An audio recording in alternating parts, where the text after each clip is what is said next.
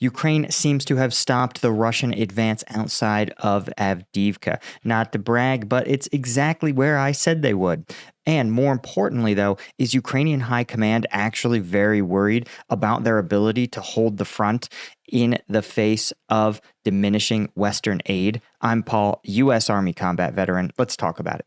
So, taking a look at the control map here, the biggest change is right here outside of Avdiivka, and we could see here over the last couple of days, we'll walk through it, right? Russian forces making this subsequent advance, moving up through this Stepova, Lastokine, Severna, but you can see that their momentum seems to have stalled out over the last 24 hours or so with just minor adjustments across the front line. And this tracks because, as we've heard, Berdychi, Semenivka, Tonenke have been designated as kind of Ukraine's like defensive line. Now, what we talked about is that I think their real defensive line is, again, this river here. So slightly to the west of Berdychi, firmly in Semenivka.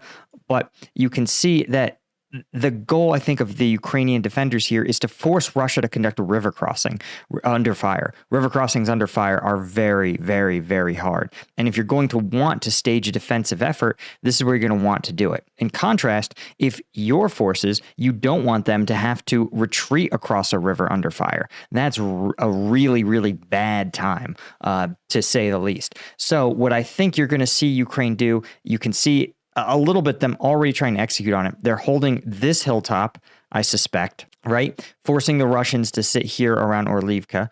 You can see them, I think they're going to try to hold on to Tonenka. It looks a little bit like an elevated position here. Like this all looks like a kind of an elevated hilltop, though I wouldn't be shocked because this looks like a very strong defensive position here.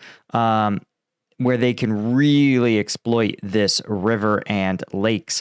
But either way, I wouldn't be shocked if you saw them pull back from Tonenka. But the key is that, again, I think you're going to see them really just use this river as a defensive stabilization line. The terrain favors them.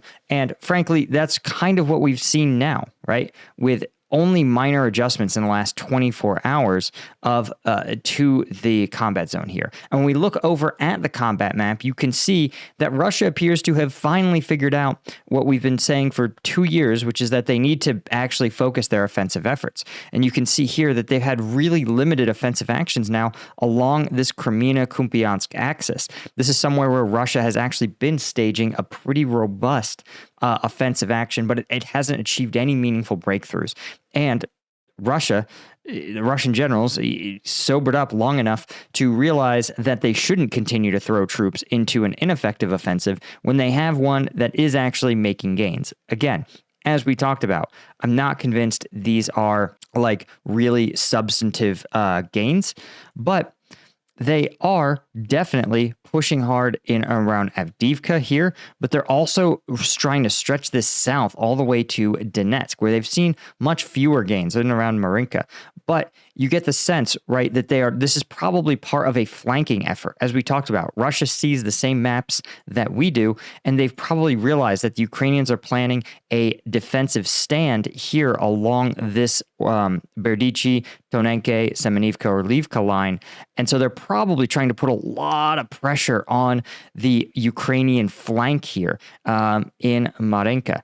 But it's going to be a little bit of a harder sell because Ukrainian forces just control better terrain here. When Russia advances, especially around Marinka, it advances along this low ground here. And frankly, you can imagine how easy it would be to stand in high ground and shoot down into troops in low ground. It's kind of a shooting gallery. So I'm not convinced that will achieve any substantive effects other than prove a distraction. But the thing to take away is that Russia's clearly, finally, focusing its offensive actions in a single concentrated area.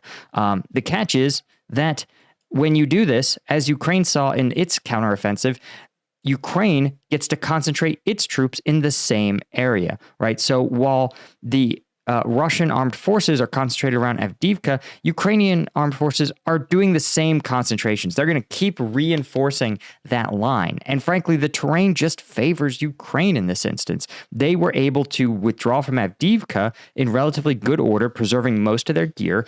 And then they get to choose where the defensive fight will happen. So they pulled Russia to the point where, again, Russia's run right up against this river here, and they're going to have a really hard time conducting a crossing under fire. Guys, if you're interested in getting more national security news, particularly the stories that maybe don't get the national coverage that they should, you want to check out the Strategic Sitrep. The Strategic Sitrep is my free newsletter. We don't charge anything. Just sign up with your email. Link is in the description.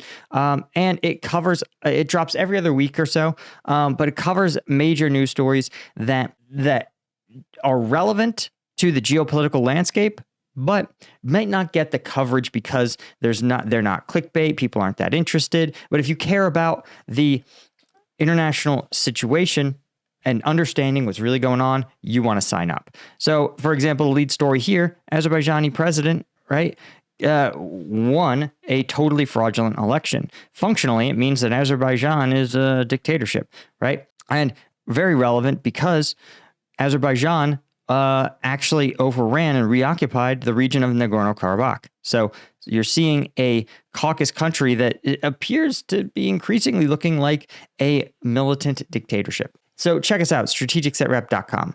Okay, speaking of understanding the geopolitical situation, according to a Bloomberg report, Ukrainian officials are really concerned that Russia will make significant territorial gains this summer if Western security assistance cannot arrive.